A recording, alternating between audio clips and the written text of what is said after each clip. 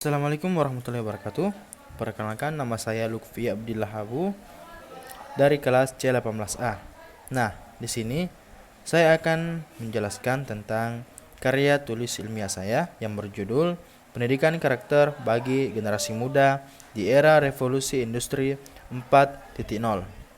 Nah, langsung saja. Yang pertama adalah latar belakang. Perkembangan dunia kini tengah memasuki era industri 4.0 atau revolusi industri dunia keempat, di mana teknologi informasi telah menjadi basis dalam kehidupan manusia. Nah, untuk itu, kita harus menyiapkan lulusan yang berkualitas dan mampu bersaing secara global, dan menguasai perkembangan teknologi merupakan hal yang penting untuk semua orang. Dengan demikian, dukungan dan peran pendidikan diharapkan dapat meningkatkan daya saing bangsa di tengah persaingan global. Gelombang besar dunia digital saat ini tak terbendung lagi, yang mengantarkan siapapun yang dapat memanfaatkannya dengan baik, namun tak jarang dapat menghancurkan martabat seseorang dengan berbagai cara. Oleh karena itu, peningkatan kualitas pembelajaran salah satu tantangan bagi para pelaku pendidik di Indonesia. Pendidikan merupakan komponen utama dalam meningkatkan kualitas hidup manusia. Melalui pendidikan, manusia mampu mengembangkan diri dan mengetahui banyak hal. Nah, untuk itu, pendidikan karakter mempunyai 5 tujuan, yaitu yang pertama, mengembangkan potensi afektif peserta didik sebagai manusia dan warga negara yang berbudaya dan karakter bangsa. Yang kedua, mengembangkan kebiasaan dan perilaku peserta didik yang terpuji. Yang ketiga, menanamkan jiwa kepemimpinan dan tanggung jawab. Yang keempat, mengembangkan kemampuan peserta didik menjadi manusia yang mandiri, kreatif, dan berwawasan.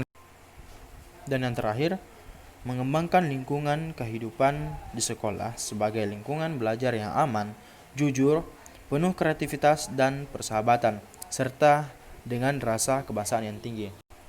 Nah, dari kelima tujuan tersebut, jadi pendidikan karakter di era sekarang ini sangat penting bagi generasi muda penerus bangsa. Pada karya tulis yang saya buat ada 3 rumusan masalah, yaitu bagaimana peran pendidikan karakter untuk kemajuan bangsa, yang kedua, bagaimana contoh program pendidikan karakter, dan yang terakhir, yang ketiga, bagaimana gambaran pendidikan karakter yang sudah berhasil.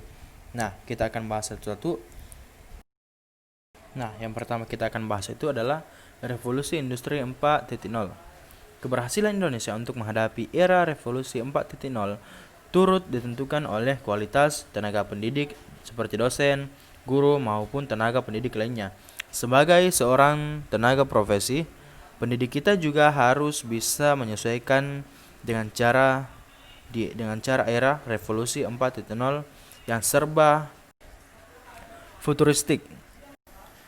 Perubahan di era revolusi industri ini pun berkembang sangat cepat, maka dari itu, tantangan sebagai tenaga profesi pendidik tidak boleh tertinggal dan harus selalu sejalan dengan perubahan dan segera berbenah diri untuk menghadapi perubahan.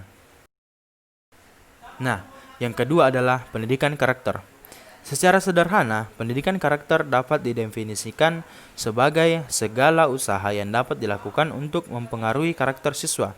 Tetapi untuk mengetahui pengertian yang tepat dapat dikemukakan oleh definisi pendidikan karakter yang disampaikan oleh Thomas Lighona pada tahun 1991 yang menyatakan bahwa pendidikan karakter adalah suatu usaha yang disengaja untuk membantu seseorang sehingga ia dapat memahami, memperhatikan, dan melakukan nilai-nilai etika yang inti. Nah, kita akan membahas rumusan masalah. Yang pertama adalah peran pendidikan karakter bagi kemajuan bangsa. Nah, masalah pendidikan di Indonesia sangatlah kompleks karena di semua aspeknya terdapat persoalan yang perlu diselesaikan. Dekadensi moral telah merajalela dalam dunia pendidikan, sehingga menjadi potret buram dalam dunia pendidikan. Ya, hal ini bisa dilihat dari maraknya peredaran video porno yang diperankan oleh pelajar, maraknya perkelahian antar pelajar Adanya kecurangan dalam ujian nasional dan banyaknya kasus narkoba yang menjerat siswa dan banyaknya begal motor. Nah, dengan adanya pendidikan karakter ini, kita bisa mengurangi dekadensi moral yang telah merajalela ini. Nah, kita pindah pada program pendidikan karakter. Tersedianya kurikulum dan modul yang berbasis karakter. Kurikulum disusun berdasarkan prinsip keterkaitan antara materi pembelajaran, tidak terkotak-atik dan dapat merefleksikan dimensi, keterampilan, dan menampilkan tema-tema yang menarik dan kontekstual. Program pendidikan karakter yaitu telah diberikan pada guru-guru ETK atau PAUD, yang dimana materi yang diberikan pada guru-guru tersebut adalah yang pertama, teori tentang pendidikan karakter, teori tentang implementasi pendidikan 9 pilar karakter, yang ketiga, prinsip dan penerapan brain based learning, penerapan development appropriate practice atau DAP, penerapan multiple intelligence, prinsip dan penerapan character-based interested learning, prinsip dan penerapan cooperative learning, komunikasi positif dan efektif, prinsip dan penerapan student active conceptual learning, dan project-based learning. Ke-10 adalah 8 prinsip belajar membaca yang menyenangkan. Yang ke-11 adalah prinsip dan penerapan inquiry-based learning. Yang ke-12, fun storytelling. Yang ke-13, manajemen kelas. Dan 14, penerapan sistem sentra. Ya, dan terakhir adalah pendidikan karakter yang sudah berhasil. Saat ini, pendidikan karakter sedang dan telah menjadi tren dan isu penting dalam sistem pendidikan kita. Upaya menghidupkan kembali reinventing atau pendidikan karakter ini tentunya bukanlah hal yang mengada-ngada, tetapi justru merupakan amanat yang telah digariskan dalam Undang-Undang Nomor 20 Tahun 2003 tentang Sistem Pendidikan Nasional, Pasal 3, yang menyebutkan bahwa pendidikan nasional berfungsi untuk mengembangkan kemampuan dan membentuk karakter serta peradaban bangsa yang bermartabat dalam rangka mencerdaskan kehidupan bangsa. Adapun pendidikan karakter yang sudah berhasil yaitu antara lain yang pertama, mengamalkan ajaran agama yang dianut sesuai dengan tahap perkembangan remaja. Yang kedua, memahami kekurangan dan kelebihan diri sendiri. Yang ketiga, menunjukkan sikap percaya diri. Yang keempat, mematuhi aturan-aturan sosial yang berlaku dalam lingkungan yang lebih luas, menghargai keberagaman agama, budaya, suku, ras, dan golongan sosial ekonomi dalam lingkup nasional. Yang keenam, mencari dan menerapkan informasi dari lingkungan sekitar dan sumber-sumber lain secara logis, kritis, dan kreatif.